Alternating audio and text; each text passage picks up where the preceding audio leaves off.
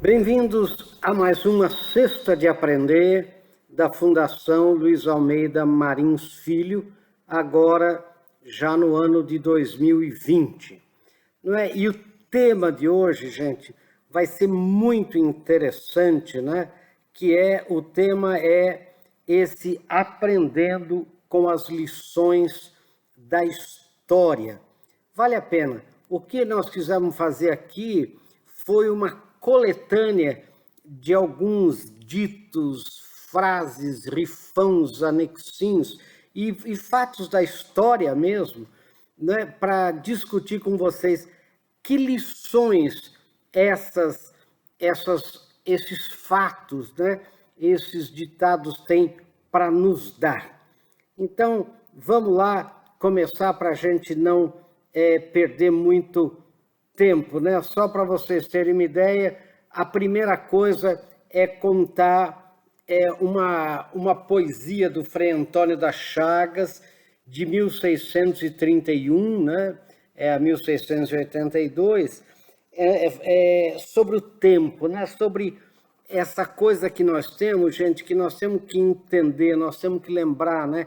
O tempo é inexorável, o tempo é uma coisa que não tem jeito, quer dizer, todos nós temos 24 horas por dia, né? A pessoa mais importante do mundo, a menos importante, né? Tem as mesmas 24 horas.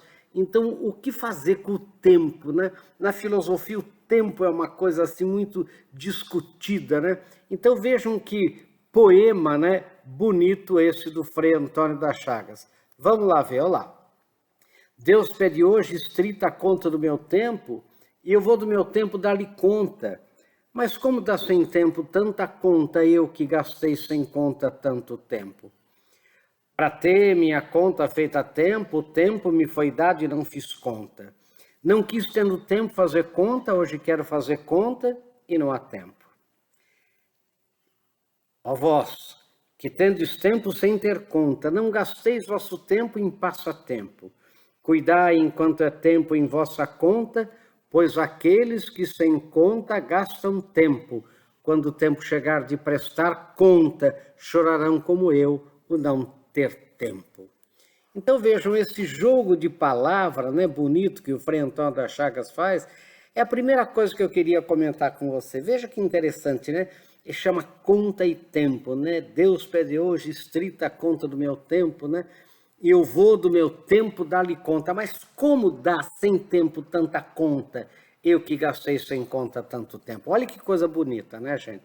Então, esse é a primeira, né, das nossas aprendendo com as lições da história. A segunda qual é, gente? A segunda é essa aqui, olha. Lembrar isso, né? Primeiro viver, depois filosofar, né? Essa frase, ela integra, né, proverbiais sentenças latinas e está registrada no livro, né, o Leviatã, de 1651, que viria a se transformar na grande obra de Thomas Hobbes, né? A frase foi originalmente escrita em latim, primum vivere deinde filosofare. Primeiro viver, depois filosofar, né? Isso que é o primo vivere deinde filosofare. Primeiro viver, depois filosofar. A filosofia não é a coisa principal da vida, como está descrito num barco grego, né? Viver não é preciso, navegar é preciso. Assim eles consideravam que havia alguma coisa mais importante que viver, que é navegar, e eu vou explicar por quê. Né? E a filosofia é importante porque é necessário saber por que viver e como convém viver dentro das diversas opções que se apresentam a uma pessoa. Mas, sem dúvida, é preciso viver primeiro para depois filosofar. Qual é a ideia aqui, gente? Do navegar é preciso, viver não é preciso. Porque como eu, para viver, preciso navegar, porque eu sou um pescador, então o que eu preciso mesmo, né, esse que é o primum vivere deinde filosofare, é navegar. Porque se eu não navegar, não vivo, morro de fome.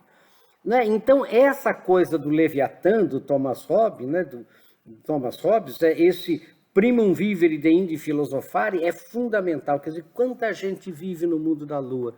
quanta gente vive, né, sonhando num mundo onírico, né, filosofando, e esquece de viver do concreto, né, do dia a dia.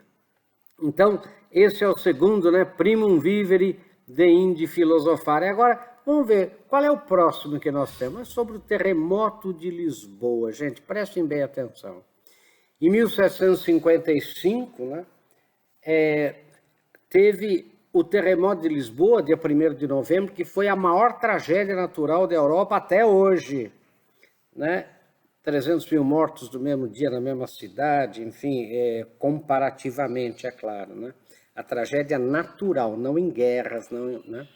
Então, o que acontece é que Portugal, desesperado com aquele Lisboa, né?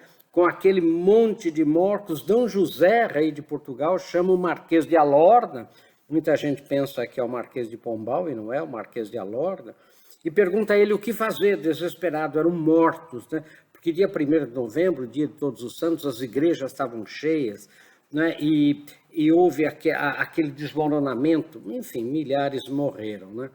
E ele, desesperado, chama o Marquês de Alorna e fala, e o que fazer? E o Marquês de Alorna diz essa coisa maravilhosa, o general da Almeida, né? O que ele diz? Ele fala, agora, majestade, é enterrar os mortos, cuidar dos vivos e fechar os portos. Ora, gente, o que eu quero dizer? Qual é a lição disso? Gente, na vida de todos nós, a gente vai ter um terremoto um dia, né? Um terremoto é um casamento que se desfaz, um ente querido que falece, né? Um emprego que a gente perde de repente, né? Um terremoto. O que fazer quando tem o terremoto? Olha o que o Marquês de Alorna fala, gente, olha aqui, ó. Enterrar os mortos, cuidar dos vivos e fechar os portos. Gente, por quê? Primeiro, enterrar os mortos, porque não adianta, enterra os mortos, vamos fazer o que tem que ser feito. E depois, vamos cuidar do que sobrou. Né? Então, enterrar os mortos significa esqueça o passado, não fique remoendo o passado. Será que o terremoto poderia não ter ocorrido? Será que se eu tivesse feito isso ou aquilo? Enterre os mortos. Né? Enterre, acabe, não fique remoendo o passado. Qual é a segunda coisa? Cuide dos vivos. Ou seja, enterrar os mortos para quê? Para cuidar do que sobrou, para cuidar dos vivos. E fechar os portos. Sabe, pelos portos entravam as endemias, os saqueadores, os abutres, né? Quando tem uma tragédia. Então, cuide para que problemas futuros não ocorram, feche os portos, né? Se previna de problemas futuros. Então, olha que coisa mais linda, gente. O que fazer quando tem uma desgraça? Primeiro, enterre os mortos, esqueça o passado. Para quê? Para cuidar do que sobrou. E feche os portos, quer dizer, cuidado para não ficar vulnerável nesse momento àquelas pessoas que querem sugar você, se aproveitar da sua desgraça. Então, olha lá, gente, que coisa linda, né? Enterrar os mortos, cuidar dos vivos e fechar os portos. Agora, gente, qual é a próxima coisa que eu quero comentar com vocês? A próxima é de um ditado grego, né, que diz isso aqui, olha, só com o mapa certo conseguirá chegar ao seu destino. E aí a gente faz sempre uma pergunta, né? Por que eu me esforço tanto e não consigo ter sucesso? Todos nós conhecemos pessoas que trabalham, se esforçam, né? Mas não conseguem ter sucesso. O que será? A história aí do grego, só com o mapa certo, é o seguinte, eu vou contar aqui para vocês entenderem. Eu moro numa fazenda em Sorocaba. Se eu convido você para ir numa fazenda, da minha fazenda lá, né, onde eu moro, e dou a você um mapa, e você me liga do caminho e diz, professor, não estou encontrando, eu digo, se esforce, preste atenção, né? Se esforce, mas eu estou me esforçando, mas eu não estou achando no mapa. Não, mas pare o carro, né? Veja direito, se esforce, dê mais esforço, faça direito, se esforce. Gente, você pode fazer o esforço que você quiser, que você não vai encontrar, porque o mapa que eu dei para você é de Piracicaba, não é de Sorocaba. O que esse ditado quer dizer? Esforço no mapa errado é vão, é inútil. Então, olha só o que diz o ditado grego. Olha, só com o mapa certo conseguirá chegar ao seu destino. Então, muita gente trabalha, se esforça. O problema, às vezes, não está no esforço, está no mapa. O mapa, sabe o que é? É o conjunto de crenças e valores de cada um de nós. Se você mente, se você é desonesto, se você é desleal, né? Se você, olha, aí o problema não está no esforço, o problema está onde? Está no mapa. Então, olha que coisa bonita, por isso que muita gente trabalha muito, né? Trabalha bastante, dá até vergonha na gente, mas não tem sucesso. Às vezes o problema não está na falta de esforço, o mapa está errado. Então, olha, pense nisso, que coisa bonita, né? Vamos ver qual é o próximo lá, gente. Olha só que ditado bonito, né? Well begun is half done, ou seja, quem mal começa, mal acaba. Ou seja, bem começado, começar bem já é meio caminho andado. É isso que quer dizer aí, né, esse ditado. Então, vejam lá, né, que interessante. Um trabalho bem começado é a metade já feita, né? Un travail bien commencé est à demi achevé. Então, quem mal começa, mal acaba. Aí o que eu quero mostrar para vocês? Qual é a lição da história desse ditado, gente? É a importância do planejamento, a importância de a gente planejar e a importância de solenizar, de inaugurar, sabe, de tomar cuidado na atenção aos detalhes em tudo que a gente faz. Porque quando a gente começa mal, termina mal. Quando a gente começa bem, quando a gente faz uma coisa bem feita, quando a gente inaugura, quando a gente soleniza, quando a gente envolve as pessoas, está meio caminho andado. Então, essa é a lição espetacular, né, desse ditado aqui, a lição que a história nos ensina. Olha esse outro ditado português, né, gente, do século XVIII. Quem compra o que não pode, vende o que não deve, né? O que isso nos ensina? A aprender, a gente tem que aprender a viver com os recursos que a gente tem. O ditado acima é um ditado português do século XVII, na verdade, né, 1600 e pouco. Outro ditado ainda no mesmo século XVII diz, senta-te em teu lugar, não te farão levantar. Um outro ditado também do século XVII é, quem se empena sem ter pena, depois se depena. E ainda um outro, da mão à boca se perde a sopa. E os velhos ditos portugueses não cansam de nos ensinar, né? Madruga e verás, trabalha e terás. Então, no mundo de hoje, eu digo aí, nós somos bombardeados pela propaganda e pelo apelo ao consumo, né? Se não nos contivermos dentro de nossas posses, passaremos a vida sofrendo com dívidas que tiram a nossa criatividade e mesmo liberdade de ser e agir. Então, olha só que lição, gente, lição do século XVII, do século XVIII, né? Quem compra o que não pode, vende o que não deve. Quer dizer, você compra, sei lá, um carrão maravilhoso, uma coisa maravilhosa, vai ter que vender a sua casa, né? No fim, né, você entra em dívida grande, né? Então, olha só, gente, vamos lá para mais um ditado aqui que vale a pena. Vocês estão vendo que é muito bonito, né, gente? Essas lições que a história nos ensina. Olha agora este aqui, olha que formidável, gente. Quem de 30 não pode, de 40 não sabe, de 50 não tem, não pode, nem sabe, nem tem. Ora, esse ditado, também do século XVIII, esse ditado, o que ele quer dizer, gente? Se você de 30 não pode, de 40 não sabe, e de 50 você não tem, então você não pode, não sabe, nem tem, então fique quieto. Fique no seu canto. É mais ou menos um neopositivismo assim, não se meta onde você não entende, não se meta onde você não tem capacidade, Então, às vezes, você vai se unir a poderosos, né?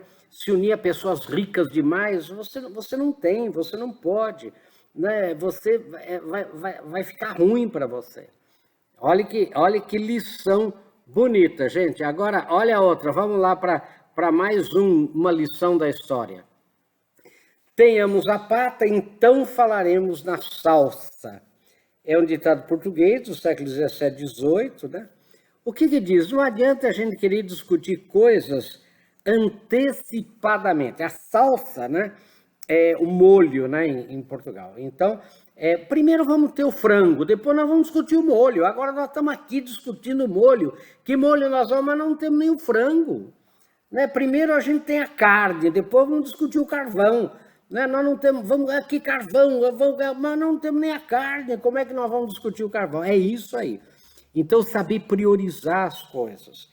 Sabe, não adianta querer discutir coisas antecipadamente se o essencial a gente não tem. Olha, gente, que coisa bonita. Agora, vamos ver outro ditado lá. Vamos lá. Olha, esse é muito bonito, é o Cave Necadas. Após uma vitoriosa batalha, havia o triunfo. Triunfo era uma das maiores solenidades da antiga Roma e a maior recompensa dada aos generais vitoriosos, vestido de púrpura, com uma coroa de louros na cabeça, sentado num magnífico carro puxado por 4 cavalos brancos e precedido por senadores, rodeado por parentes e amigos, seguido por todo o seu exército e por um grande número de cidadãos, o general vitorioso, que era chamado triunfador, era conduzido em pompa e circunstância, né, ao Capitólio Romano. Adiante dele iam os despojos dos inimigos vencidos, quadros e objetos de arte das províncias que havia conquistado. Com correntes de ouro e prata iam à frente os reis e os chefes prisioneiros. Atrás, as vítimas que deveriam morrer. Agora vejam que bonito aqui, gente. Durante essa cerimônia, para abater o orgulho que um aparato tão deslumbrante pudesse inspirar ao triunfador, um escravo colocado atrás dele no mesmo carro juntava uma voz discordante às aclamações da multidão e fazia ouvir cantos mofadores e palavras satíricas. O que esse escravo dizia? Lembra-te que és homem, gritava ele ao vitorioso. Cuidado, não caias, Cave Necadas. Ou seja, César era considerado, deixa eu explicar aqui para entender, né? César era considerado quase um deus. Lembre que você não é César. Lembre que você não é Deus. Lembre que você não é... Então, Cave Necadas, cuidado para não cair. Não é não cair daquele carro. Olha, quanto mais alto, a gente não fala? Quanto mais alto né, quanto mais alto o lugar, mais alto o tombo, não é verdade? Então aquele escravo junto ao triunfador repetia a ele aquele alerta para que em meio à embriaguez da glória, o general romano não se esquecesse de sua condição humana, para que tanta pompa e circunstância não o fizessem pensar ser um deus ou alguém dotado de poderes divinos. O escravo repetia incessantemente o Cave Necadas, para que o general romano se lembrasse de que muitas vezes a queda segue de perto o triunfo. Olha, gente, olha que bonito, né? Veja que sabedoria, né, da história, né? O escravo ali, né, gritando, né, cuidado, não caias, olha, né, você não é César, né, olha, preste atenção. Não caia da carruagem ali, não caia do carro, não. Cuidado, não sabe, não se ache muito. Né? Olha que coisa mais linda isso aí, né, gente? Vamos ver o próximo lá. Não é? Olha, esse eu acho incrível, olha. Diz aqui, ó. Move la coda il cane, non per te, ma per il pane. O que é isso? O cachorro balança o rabo, não é por você não, seu bobo, é pelo pão que está na tua mão. Então tem até em latim, né, do latur proprius, comodis tantus studet, abana-se o cão não por ti, mas pelo pão. Olha, tem em inglês, tem francês, né? Enfim, tem espanhol, e esse mais conhecido em italiano, né? Muove la coda il cane, non per te, ma per il pane.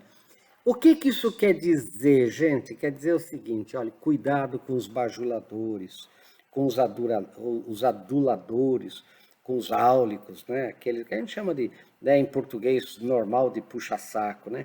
Quando você está lá em cima, quando você tem algum poder, né? Você está cheio de gente, né? Adulando você, cuidado. Eles não são seus amigos, eles são amigos do seu cargo, da sua função, do seu dinheiro. E eu pus aqui o exemplo de um ex-ministro em Congonhas, né? Deixa eu contar essa história para vocês. Um ex-ministro do Trabalho há muitos anos, ele é uma pessoa magrinha, o Arnaldo Prieto, ele tinha deixado de ser ministro naquele dia, e eu vim de Brasília no mesmo voo que ele estava, e quando chegou em Congonhas, ele tinha umas malas pesadas e eu ajudei ele a tirar as malas da esteira e colocar no carrinho para ele. Ele não me conhecia, né? E eu falei, ministro, deixe que eu ajude o senhor, ainda chamei ele de ministro, tudo, né? E ele pôs a mão dele no meu ombro, assim, do meu tamanho, baixinho, né? E falou assim, menino, ontem tinham 5, 6 pessoas aqui para pegar a minha mala, a mala do ministro, as malas do ministro. Hoje, se não fosse o senhor aí, ele já mais velhinho, né? Se não fosse você, meu querido, eu não sei como é que eu ia fazer com essas malas. Então, veja bem, gente, aquele monte de gente adulava o ministro, não era ele.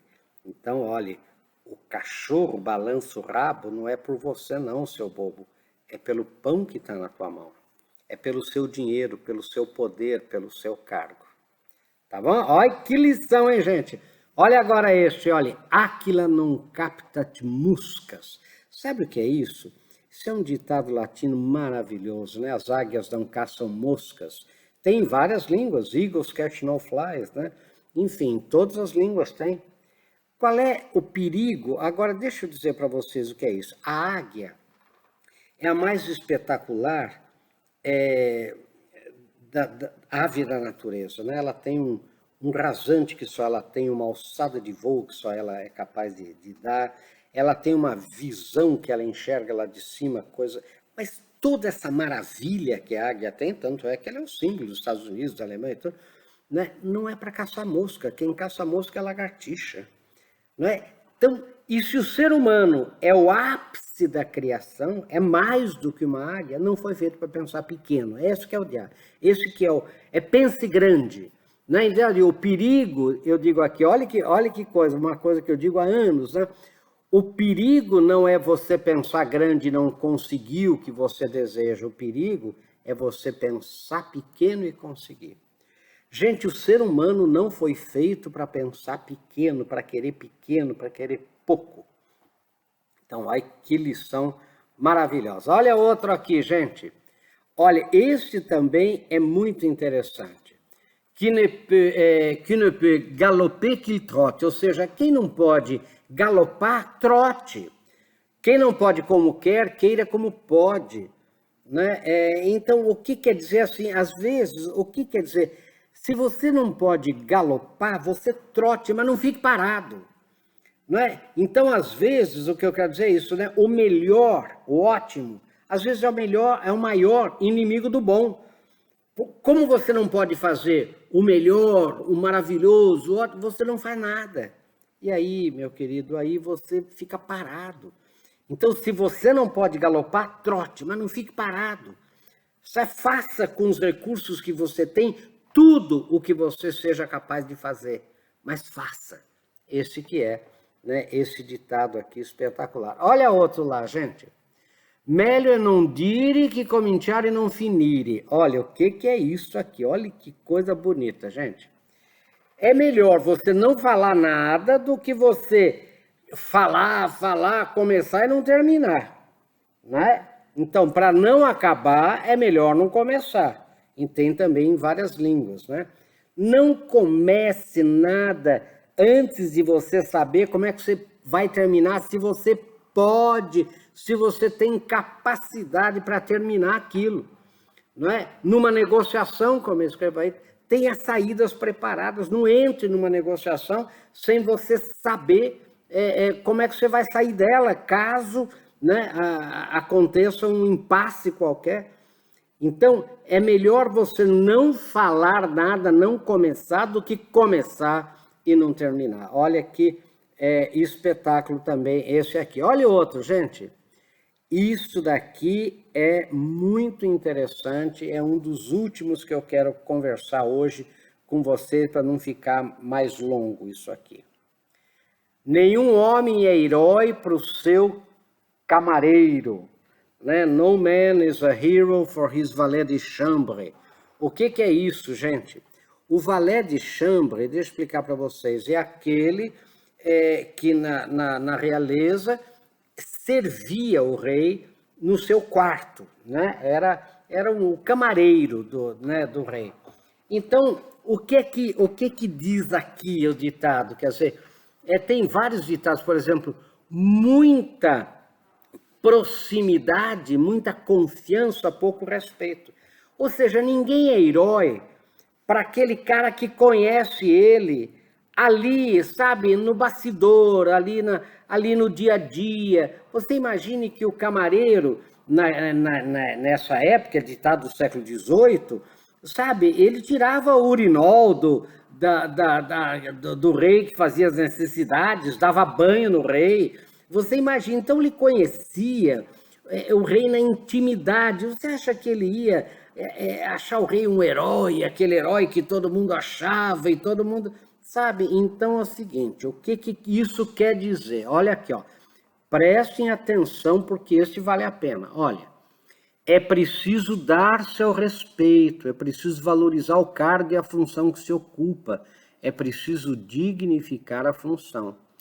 Quando um chefe se miscui demais com seus subordinados em assuntos particulares e pessoais, pode perder o respeito e a autoridade. O que eu quero dizer é o seguinte, gente.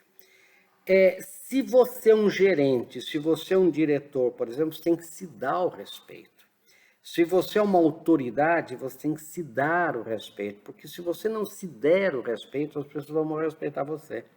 Ninguém é herói para um sujeito, sabe, que de repente está ali falando besteira, falando bobagem, está ali usando palavras de baixo calão, sabe? Então, muito cuidado com isso. Então, gente, a nossa conversa hoje, que depois a gente pode até, né, continuar um outro dia, numa outra sexta de aprender, é essa, quer dizer, ditados, né? Deixa eu pôr até aqui lá de novo no comecinho, né? O que a gente quis fazer? Aprendendo com algumas lições da história. Então veja quanta lição simplesinha a gente pode aprender com a história, trazendo para a vida cotidiana da gente. Essa foi a sexta de aprender deste mês, né? Aqui pelo Facebook, né? E também você vai encontrar esta gravação que está sendo ao vivo, mas depois gravada, né? Vai ficar gravada no YouTube também da Fundação. Então vejam lá, por favor, aqui, né? Entrem em contato com a Fundação. Olha lá, gente, não se esqueçam, olha, a Fundação Luiz Almeida Marins Filho, né? Entrem no site fundaçãolanf.org.br e tem o YouTube Fundação Lanf, né?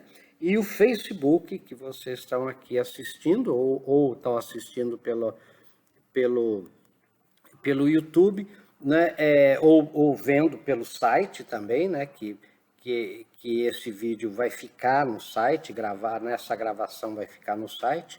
Então, gente, conheça mais a Fundação, e essas cestas de aprender porque a Fundação tem como foco, né, ensinar a aprender os desafios, como enfrentar os desafios da contemporaneidade.